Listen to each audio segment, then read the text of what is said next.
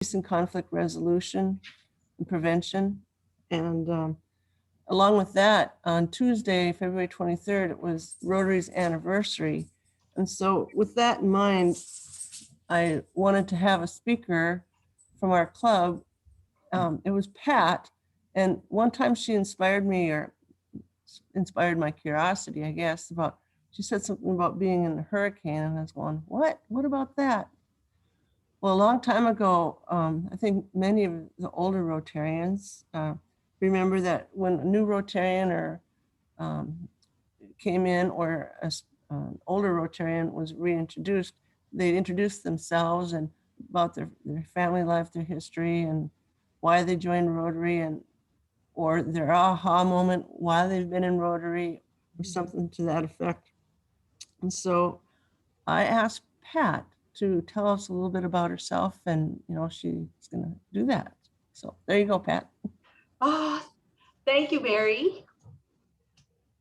So I feel very funny about talking so much about myself, and I was going to do a little screenshot of pictures, various pictures, all my libraries through the years, but unfortunately I ran out of time, so you're just going to have to just listen to me talk.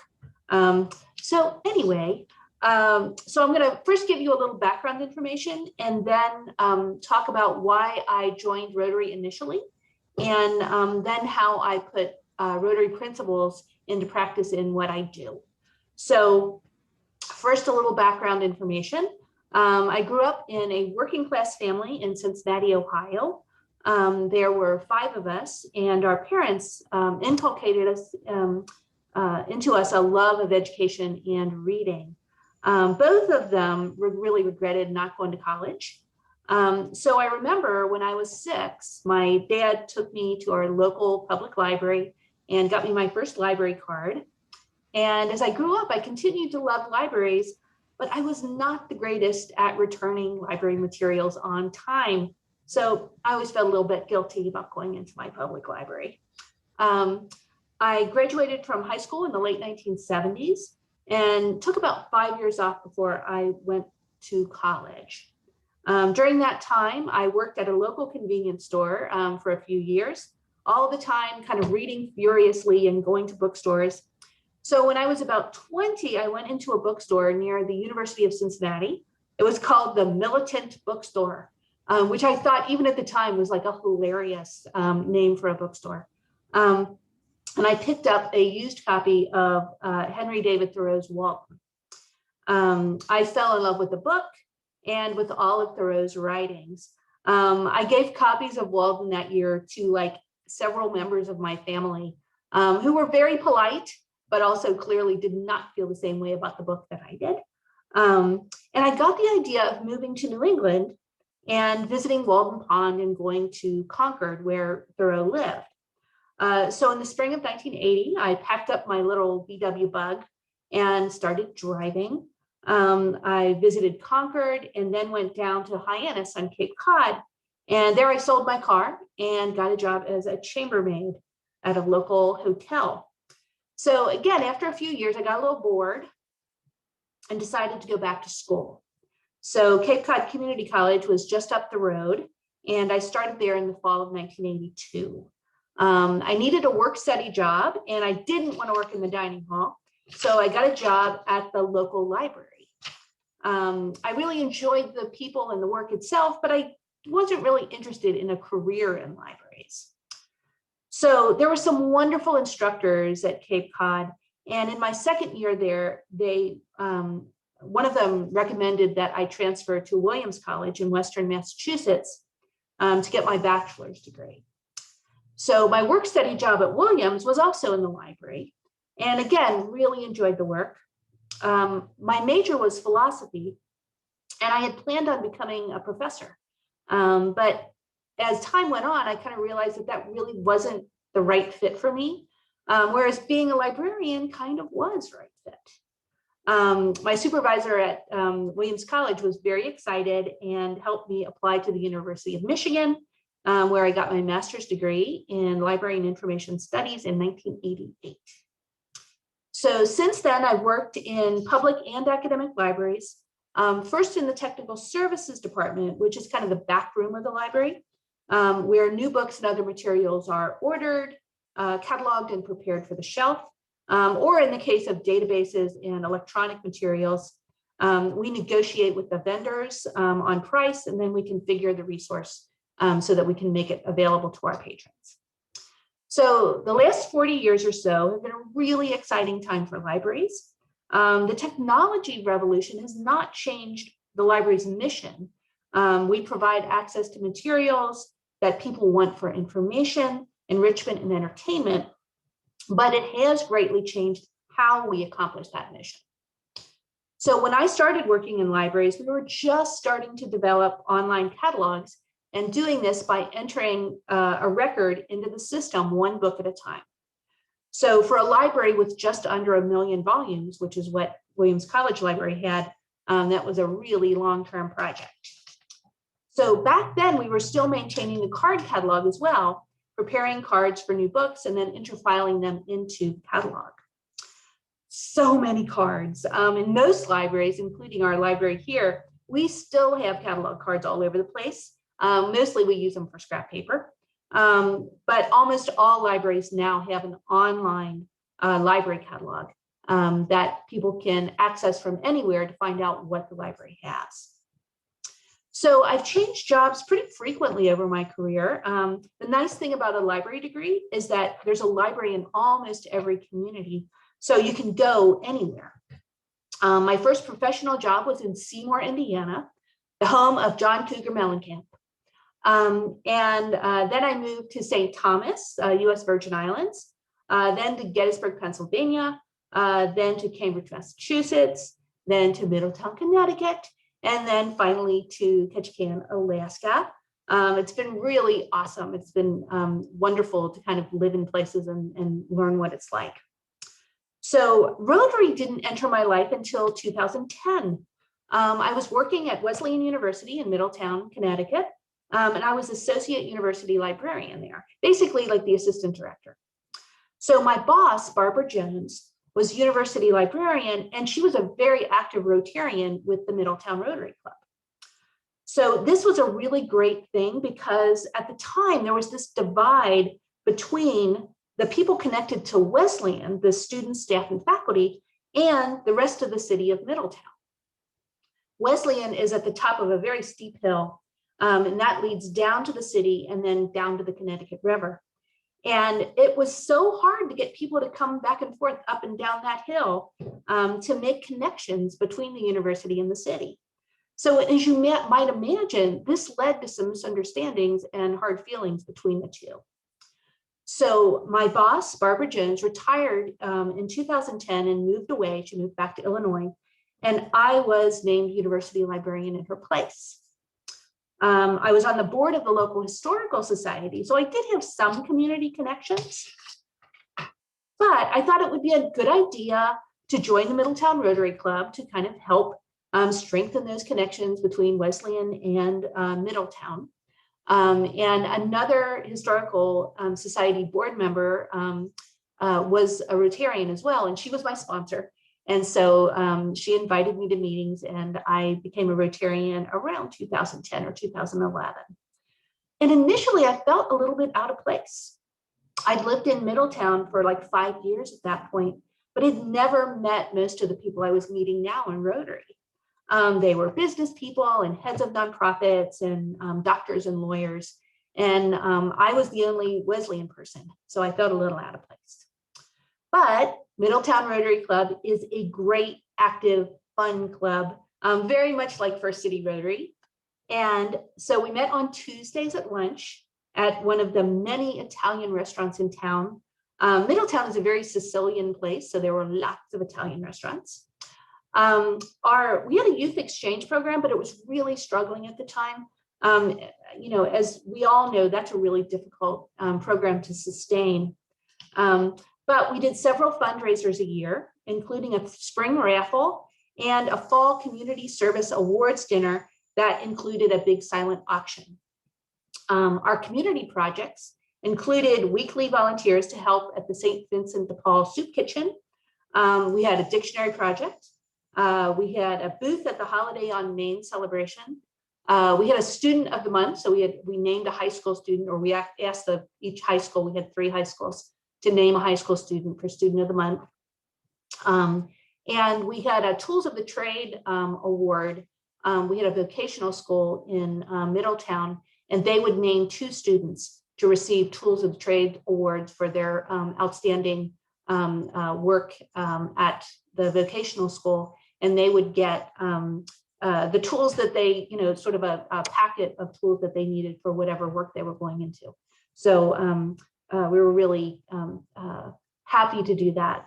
And then we also, over Thanksgiving, we would give free turkey dinners with all the fixing to over 100 families in need.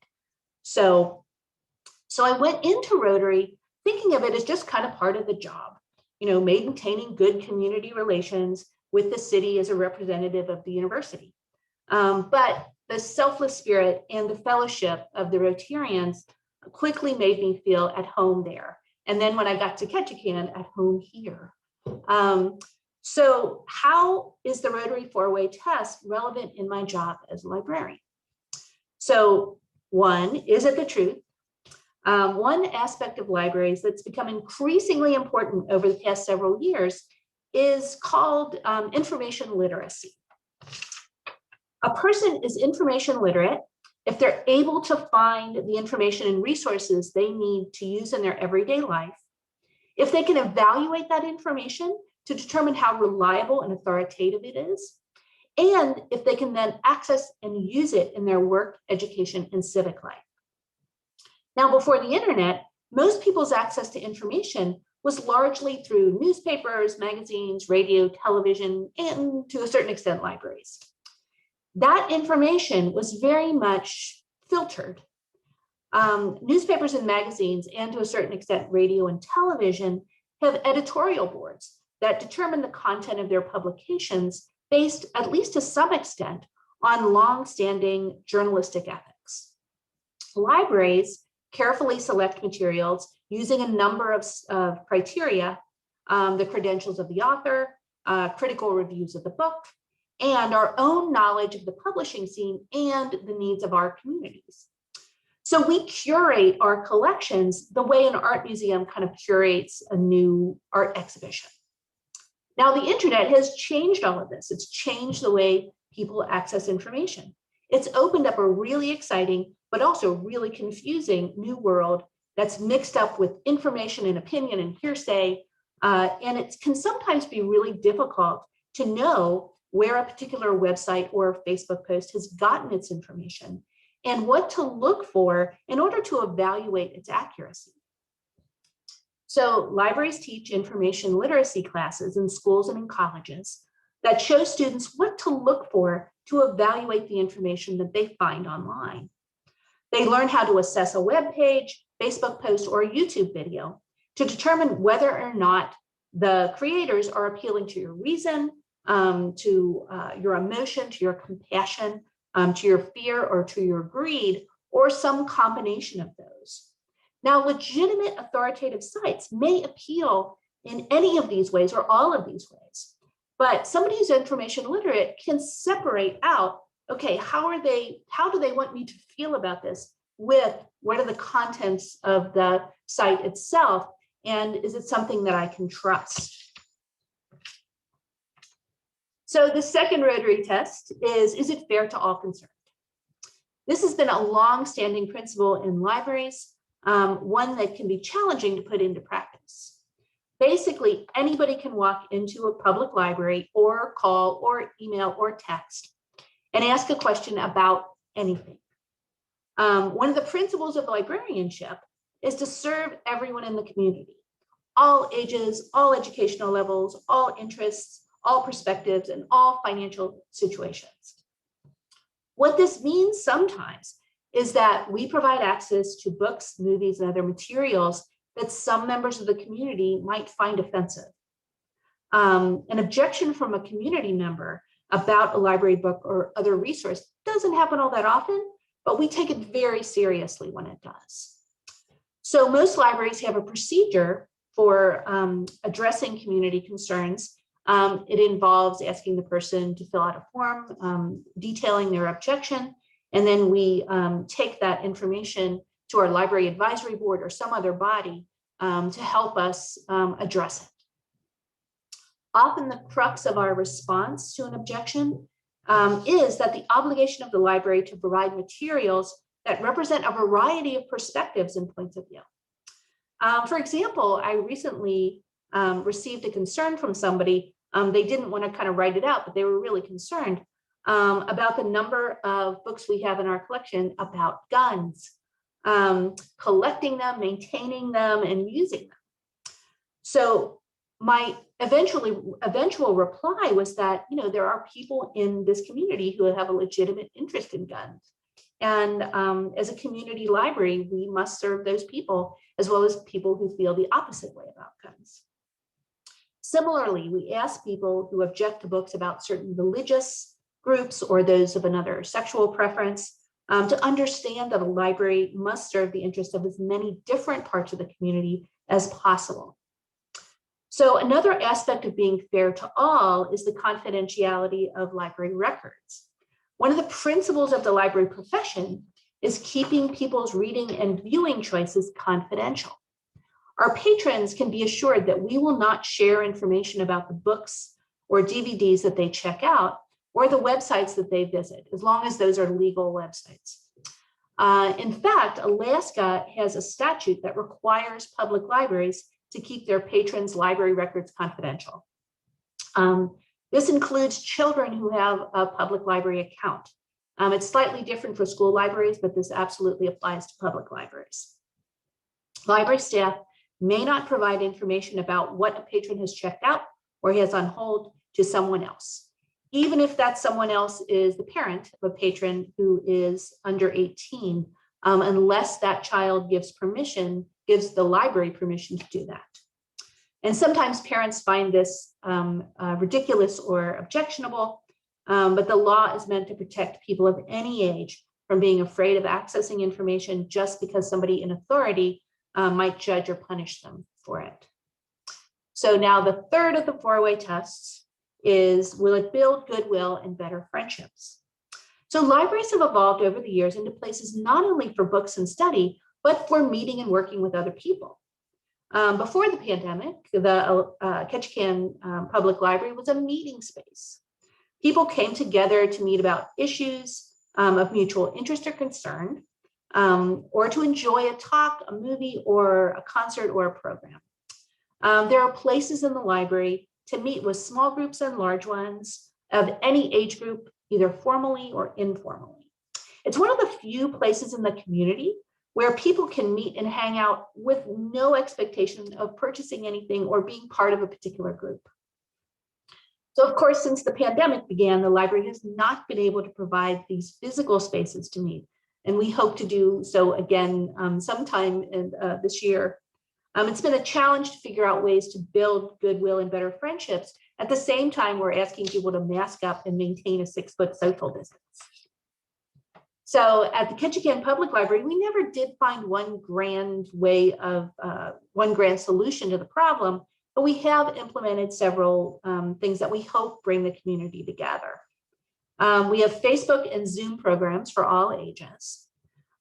We have a radio story reading program on KRBD so that people can hear familiar voices reading familiar stories. And we have maker and craft bags that can be picked up at the library. And sometimes we hide them all over the community too, and people can like find them so that families can use to make a craft, do an experiment, or just to share a laugh with each other.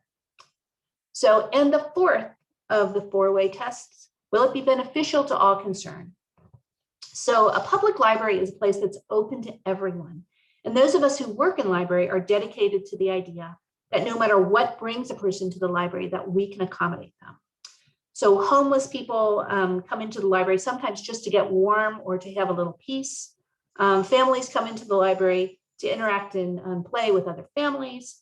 People come in to find books, of course, but also to study, to take online tests, to write their resume or apply for a job online, to play a game or to catch up on their email or the news. So most people who come into the library are respectful of others. but occasionally people are not.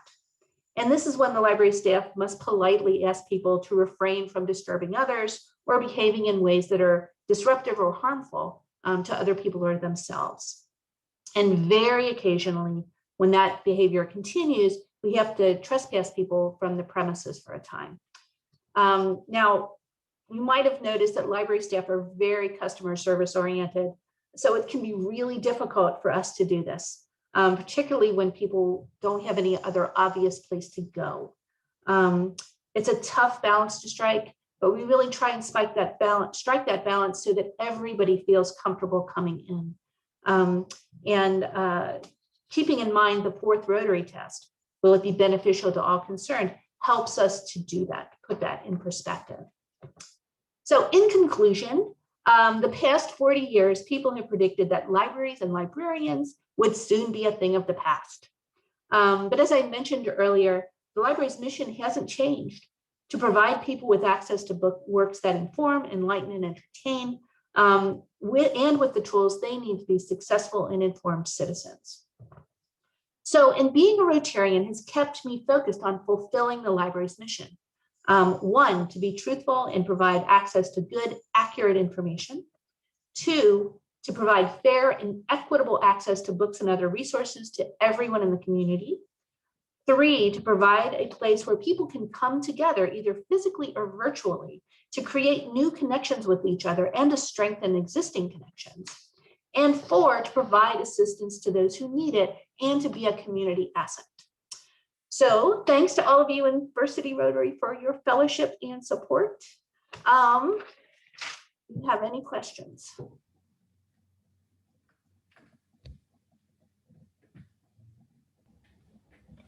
Well, that was fabulous. And yeah, that was very interesting.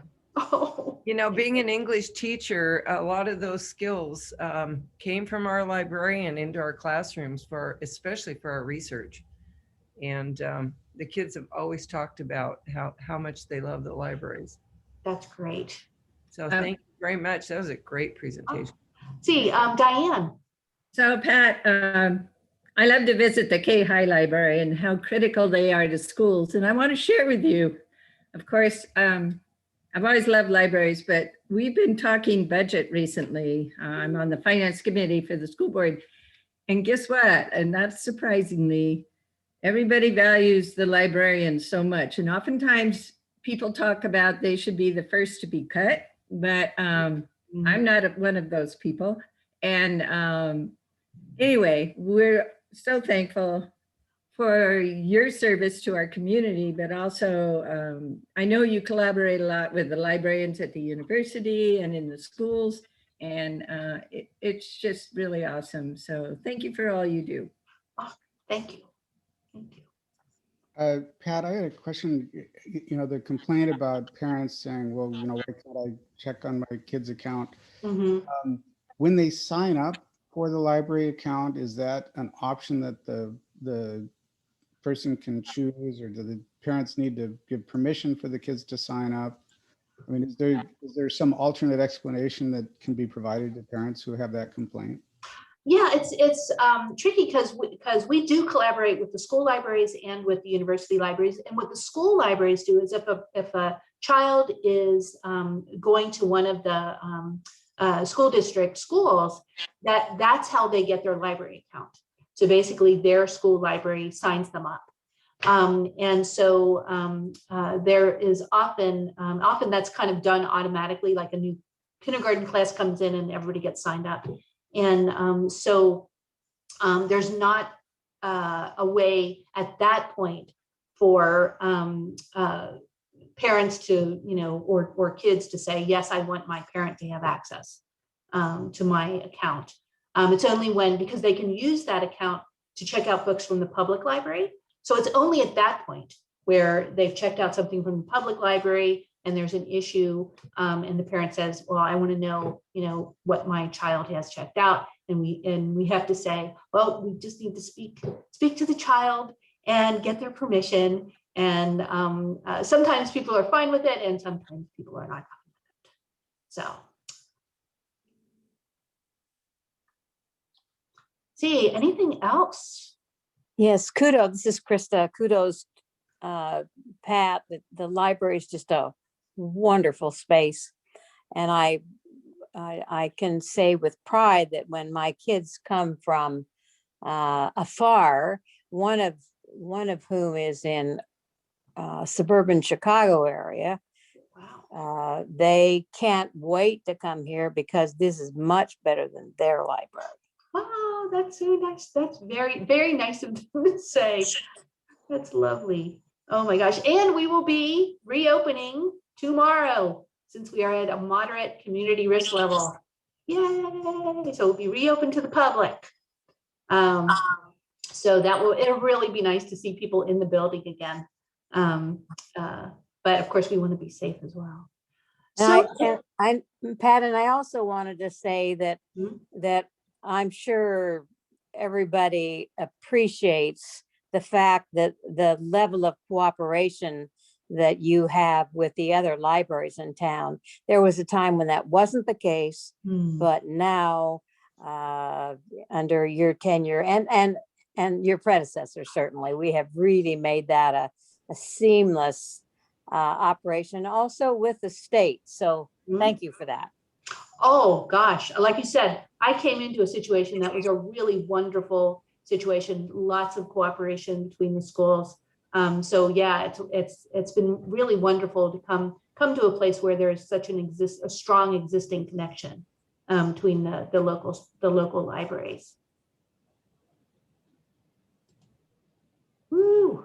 So is there anything else before we adjourn? Hi, James. I just want to say thank you, Pat, for your time, well put together and everything like that. That was really good. Oh, thank you, Mary, and thanks for inviting me to speak. And let's see, have a wonderful day, everybody. We are adjourned.